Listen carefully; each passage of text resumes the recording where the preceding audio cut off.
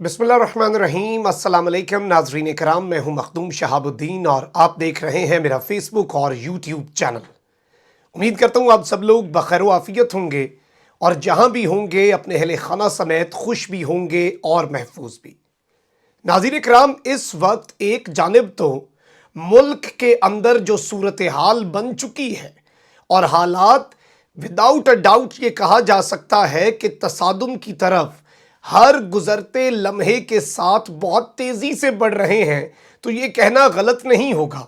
इस सारे के सारे मामले में तकारीर और तमाम तर बयानात जो या तो इशारे किनायों में दिए जा रहे थे या फिर खुल कर दिए जा रहे थे, उन तमाम तर तकारीर और बयानात के रिकॉर्ड्स को तलब किया गया है और एक बहुत बड़ा दावा इस हवाले से सामने आया है कि अब ज़ीरो टॉलरेंस की पॉलिसी कि जितनी नाकामियां हैं उनका मलबा अगर हम पर डाला गया तो फिर इस मामले में हालात कशीदा हो सकते हैं। इस हवाले से बड़ी अहम तरीन इनसाइड डिटेल्स और कुछ क्लेम्स हैं, ये क्लेम्स भी आपके सामने रख दूंगा। इसके साथ ही साथ मैं आपको ये बता दूं कि बड़ा अहम तरीन पैगाम पहुंचाया गया है, जबकि इस वक्त जो सियासी सूरत हाल है वो कोई ठीक होती हुई नज़र नहीं आ रही।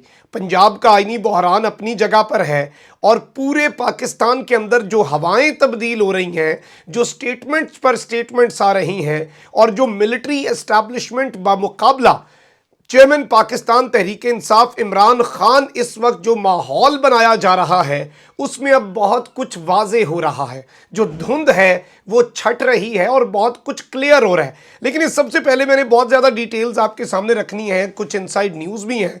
लेकिन पहले तो मैं आपको ये बता दूं कि भिखारियों को पहला इनाम मिल चुका है और भीख जो मांगने का एक तर्ज अमल था और जिस तरह से मिफ्ताह इस्माइल ने अमेरिका में जाकर भीख मांगी है और वहाँ पर जाकर कुरानी आयात के हवाले से भी जो इंतहाई घटिया रिमार्क्स दिए हैं, उसके बाद अब इन्हें IMF की तरफ से कर्ज प्रोग्राम की तौसी पर रजामंदी का इजहार कर दिया गया है। यानी कि इस वक्त तक की ताज़ा तरीन डेवलपमेंट्स जो हैं उनके मुताबिक IMF पाकिस्तान के लिए कर्ज प्रोग्राम की तौसी तो करेगा, लेकिन सब्सिडीज़ फौरी वापस लेने का मुतालबा शुरू कर दिया है। और इस वक्त कहा गया है कि दिसंबर में तय पाए टारगेट में तब्दीली के आदाद का जायज़ा लिया जाए और पाकिस्तान जितनी ज़्यादा सब्सिडीज़ इमरान खान ने दी हुई थी, जितना ज़्यादा रिलीफ इमरान खान ने दिया हुआ था, वो सारी की सारी चीज़ें जो हैं वो इस वक्त वापस कर दी जाएं और ज़ाहिरी बात है फिर इन्हें भीख भी मिलेगी और सब कुछ मिलेगा। और ये अपने आप को खुद गवर्नेंस के मामलात पर भी इमरान खान को मईशत में नाअहल कहते थे। ये आने वाले दिनों में आप देखेंगे कि बड़ी बुरी तरह एक्सपोज होंगे। सियासी तौर पर तो ये हो चुके हैं, जो इनका वो गवर्नेंस, मईशत, जादू की छड़ी, साकडार, मिफ्ताह इस्माइल, ये सारे गुब्बारे में से इनके हवा निकलने वाली है। जबकि दूसरी जानिब अगर पंजाब की बात की जाए तो वज़ीर आज़म शहबाज शरीफ साहब जो हैं उन्होंने भी पंजाब का रुख करना है, वहाँ पर बड़ी अहम मुलाकातें करनी हैं और पंजाब की सियासत का जायज़ा लेना है। क्योंकि बाप बेटे, पहले बाप की वजारत उज़्मा फंसी हुई थी, अब बेटे की वजारत आला फंसी हुई है। इस सब में गवर्नर पंजाब उमर सरफराज चीमा जो हैं वो इस वक्त तबीयत उनकी ख़राब है और वो सर्विसेज अस्पताल में ज़ेरे इलाज हैं, यानी कि उनका इलाज वहाँ पर जारी व सारी है। इसी दौरान वज़ीर आला पंजाब का इलेक्शन कलअदम करार दिया जाए, ये गवर्नर पंजाब ने रिपोर्ट दी है सदर मुमलिकत आरिफ अलवी को और कहा गया है कि सूबे की वजारत आला की वोटिंग का रिकॉर्ड टेम्पर्ड है, इलेक्शन कलअदम करार दिया जाए। वज़ीर आला बुज़दार का इस्तीफ़ा भी मुतनाज़ा है। गवर्नर ऑफिस को उस्मान बुज़दार का इस्तीफ़ा ही मौसूल नहीं हुआ तो वो मुस्ताफ़ी कैसे हो गया, वो मुस्ताफ़ी नहीं हुआ तो अगला पूरा प्रोसेस कैसे हो सकता है। और इसमें फिर मुनाफ़कत भी है और ये सारे के सारे मुनाफिक हैं। ये वो लोग हैं जो कासिम सूरी के इक़दामात पर कहते थे कि जी पूरा मामला रिवर्स हो जाए, निगरान हुकूमत के लिए मुशावरत का, इलेक्शन का ख़त, इमरान खान का असम्बलियाँ डिज़ोल्व करना।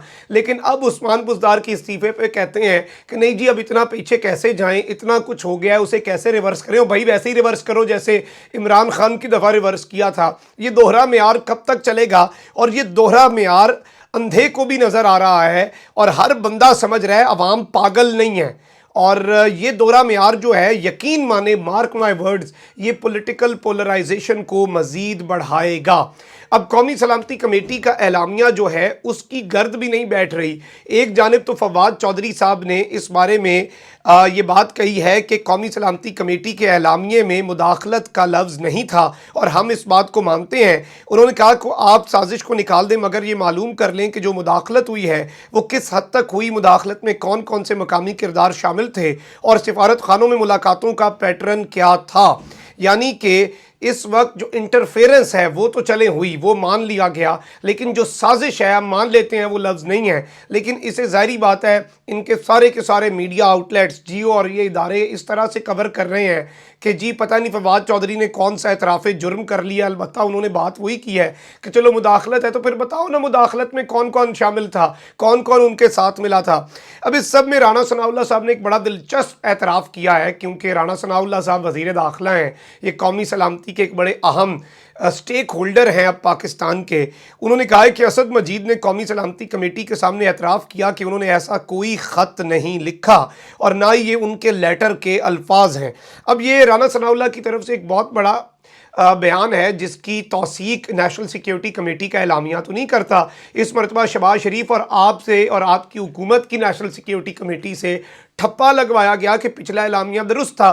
پچھلے اعلامیے میں دھمکی کا بھی لفظ ہے, بلیٹنٹ انٹرفیرنس کا بھی لفظ ہے, اور یہ فیصلہ بھی ہوا کہ ہم نے احتجاج کرنا ہے, ڈیمارچ کرنا ہے امریکی ناظم الامور کو. لیکن یہ سراسر جھوٹ اس طرح وثوق سے بولتے ہیں کہ آپ اندازہ نہیں کر سکتے. پوری قوم کو نہیں نظر آ رہا کہ مفتاح اسماعیل کس طرح سے لیٹ چکا ہے امریکہ کے آگے اور وہاں پر ثابت کر رہا ہے کہ غلام ہم اچھے ہیں. عمران خان کو غلامی نہیں آتی تھی, غلامی تو ہمیں آتی ہے, ہم سے اچھا غلام تو آپ کو ملے گا نہیں. تو اس وقت ناظرین کرام ایک جانب یہ تمام تر چیزیں چل رہی ہیں تو وہیں دوسری جانب اسٹیبلشمنٹ کے حوالے سے معاملات جو ہیں وہ کھل کر بات ہو رہی ہے. سراج الحق صاحب نے سٹیٹمنٹ دی ہے اور ویسے وہ جوڈیشل کمیشن کا مطالبہ کر چکے ہیں اور ان کے پچھلے ایک دو مطالبے ٹھیک رہے ہیں. انہوں نے کہا کہ پچھلے 30 سال کا توشہ خانہ کا ریکارڈ پبلک کر دیں, پھر کہا کہ یہ سازش کا جو معاملہ ہے اس پر جوڈیشل کمیشن بنا دیں. اب انہوں نے اسٹیبلشمنٹ کو اپنے نشانے پر لیا ہے اور انہوں نے کہا ہے کہ حکمرانوں کی جنگ عوام کے لیے نہیں, اسٹیبلشمنٹ کے فیڈر اور دودھ کی بوتل کے لیے ہے. اور یہ سارے کے سارے اس لیے لڑ رہے ہیں کہ اسٹیبلشمنٹ ان کے حوالے سے تمام تر چیزیں کرے. اب شیخ رشید صاحب جو کہ اسٹیبلشمنٹ کے بڑے قریبی ہیں, انہوں نے بھی بڑے معنی خیز سٹیٹمنٹس دینا آلریڈی شروع کر دیے ہوئے ہیں اور انہوں نے کہا ہے کہ ایک بڑی معنی خیز سٹیٹمنٹ آئی ہے. انہوں نے کہا کہ ملک کے حالات گمبھیر, پریشان کن اور تشویشناک ہوتے جا رہے ہیں. جنہیں جیلوں میں ہونا چاہیے تھا انہیں اہم عہدوں پر تعینات کیا جا رہا ہے. انہوں نے کہا کہ ملک کے لیے جن کی عزت کرنا لازم ہے وہ بھی سوالیہ نشان بنتے جا رہے ہیں.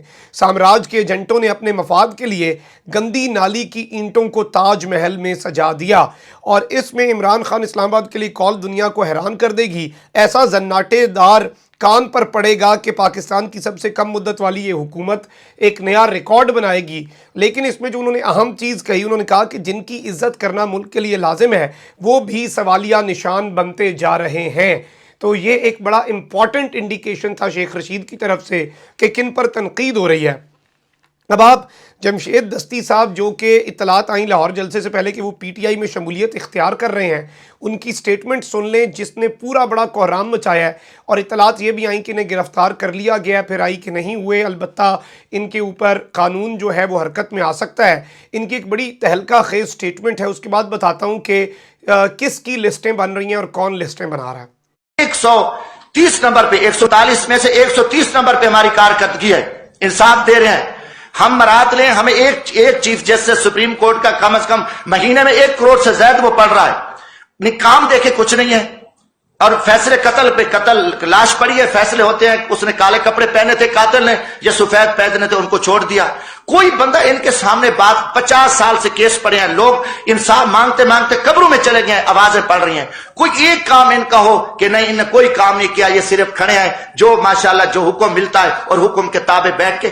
پوری قوم نے, میں کہا میری پارٹی پاکستان عوامی راج پارٹی نے اس سپریم کورٹ کے فیصلے کو مسترد کر دیا ہے, بلکہ 22 کروڑ عوام نے مسترد کر دیا. ہم نہیں مانتے ایسے گھٹیا اور بزدلانہ فیصلے, جبرانہ فیصلے. وہ بولے ان کی اپنی پالیسی ہے, کوئی بات نہ کرے, مگر میں ایک ورکر ہوں. یہ جو ظالمانہ اور غیر آئینی اور ایک پری پلان جو آپ کی اختیاری ہو چکی تھی, آپ نے اختیاری کے تحت سارا کچھ بیٹھ کے آپ نے کیا. کیا آپ کو ضرورت تھی؟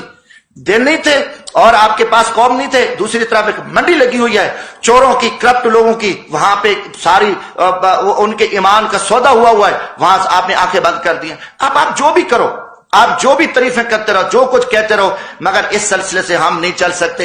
इस हालात में पाकिस्तान नहीं चल सकता। आप जितने भी इलेक्शन कराओ, क्योंकि हमारे इलेक्शन एस्टेब्लिशमेंट कराती है, हमारे इलेक्शन के पीछे एस्टेब्लिशमेंट। अब एस्टेब्लिशमेंट एक छुपे डाकू है, वो कहते हैं कि हमें कोई ना कर नौज मिला, तुम खुदा हो।